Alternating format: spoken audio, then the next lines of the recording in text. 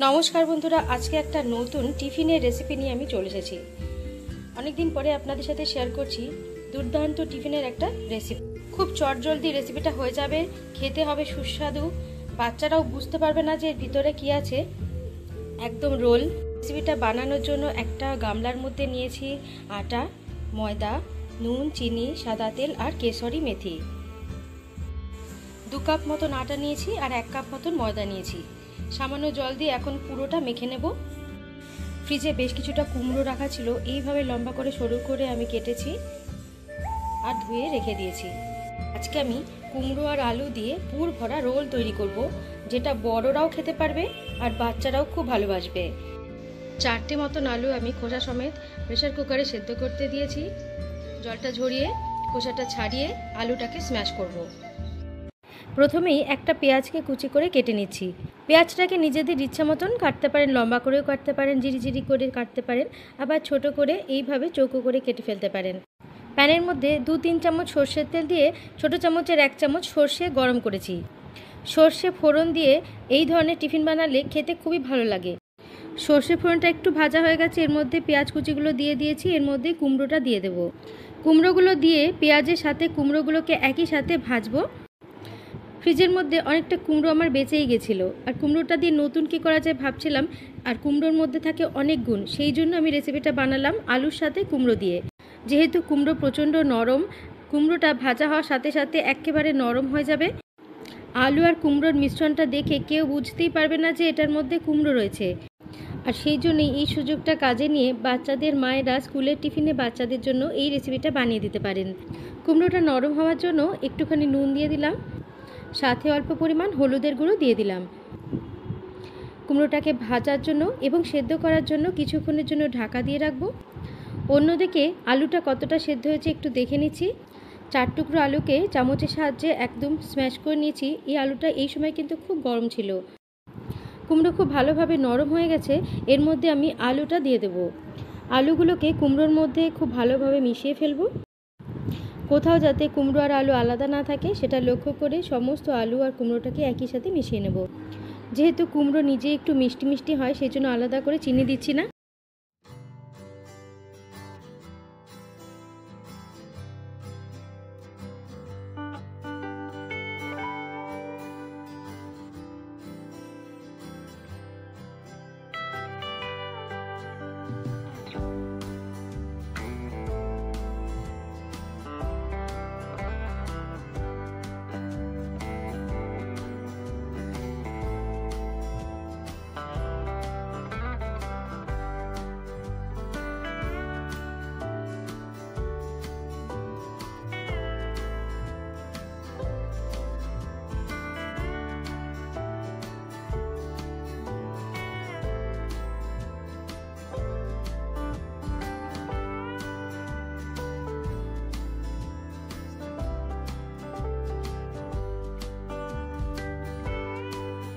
যেই প্যানের মধ্যে রোল বানাবো সেই প্যানটা আমি একটু ধুয়ে নিয়েছি, ধুয়ে গ্যাসের ওপরে আমি বসিয়ে দিয়েছি। একটা বড় রুটির আকারের লেচি নিয়ে রুটির মতো করে বেলে নিয়েছি। প্রথম রোলটা একেবারে তেল ছাড়া বানাবো, দ্বিতীয় রোলটা সামান্য তেল দিয়ে বানাবো। যেইভাবে আমরা রুটি সেকি ঠিক সেইভাবে একটা রুটি সেকে নিচ্ছি। যারা একেবারে তেল ছাড়া খাবার খেতে পছন্দ করেন তারা এইভাবে রোলটা বানাতে পারেন। ময়াম দেওয়ার সময় ছোট চামচের 1 চামচ মতন সাদা তেল দিয়েছিলাম, এই কারণেই যে ভাজার সময় তেল বা ঘি না দিলেও হবে। এই রোলটা গরম অবস্থায় খুবই খেতে নরম হবে। আর স্কুলের বাচ্চারা যখন স্কুলে নিয়ে যাবে, যেহেতু স্কুলের টিফিন টাইমটা অনেকটা দেরি হয়, সেই জন্য সামান্য একটু সাদা তেল বা ঘি দিয়ে এই সময় ভাজতে পারেন। তাহলে রোলের পরোটাটা অনেকক্ষণ অবধি মুচমুচে থাকবে আর ভালোভাবে বাচ্চারা খেতে পারবে।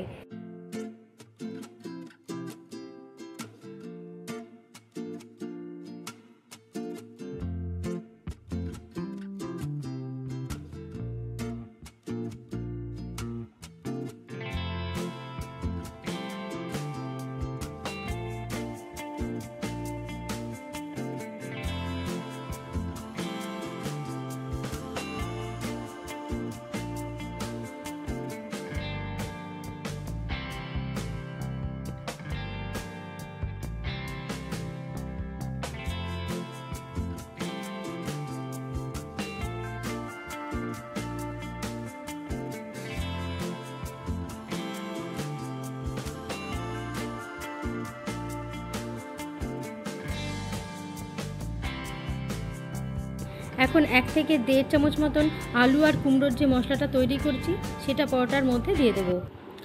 এটাকে আপনারা রুটিও বলতে পারেন প্রথম পর্যায়ে, বা পরোটাও বলতে পারেন। ভেতরে পুর দিয়ে পরোটা তৈরি করলে সময়টা অনেকটা বেশি লেগে যায়, এইভাবে করলে কিন্তু খুব তাড়াতাড়ি হয়ে যায়। আর সত্যি বলছি, খেতে হয় অসাধারণ। একবার অবশ্যই কিন্তু বানিয়ে দেখবেন।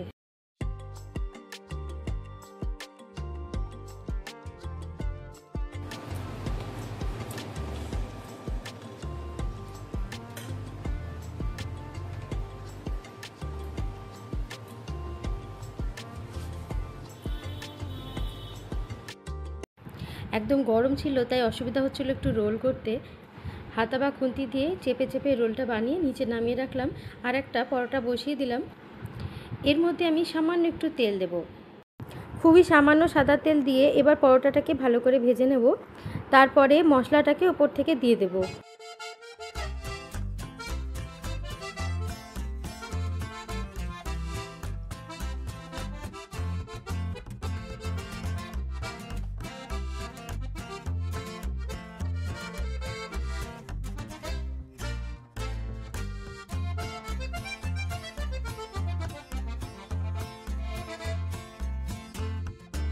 প্রথমে ভাবলাম একটু চওড়া করেই মশলাটা দিই, তারপর ভাবলাম না, দুটোর সাইজ একই রাখবো, সেই জন্য লম্বা করে মশলাটা দিয়ে দিচ্ছি। অনেক বাচ্চারাই সস খেতে ভালোবাসে, তাদের জন্য সামান্য একটু সস দিতে পারেন ওপর থেকে। এটাতেও আমি 2 চামচ কুমড়ো আলুর মশলাটা দিয়ে দিলাম। সকালে জলখাবারের জন্য আমি এই রেসিপিটা বানিয়েছিলাম। এই ধরনের হেলদি ব্রেকফাস্ট খাওয়ার পরে সারাদিন আপনারা তরতাজা অনুভব করবেন। একদমই সামান্য সস ওপর থেকে ছড়িয়ে দিচ্ছি। এরপরে রোলটা তৈরি করে নেব।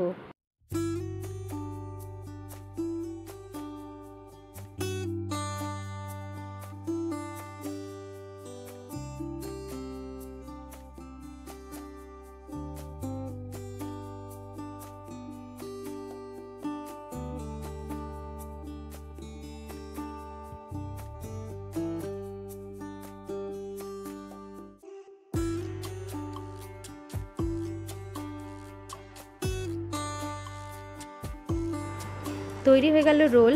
অবশ্যই একবার বাড়িতে বানিয়ে ট্রাই করবেন। খুবই সুস্বাদু আর হেলদি একটা রেসিপি শেয়ার করলাম। আশা করছি ভালো লাগলো। সবাই সুস্থ থাকবেন আর ভালো থাকবেন।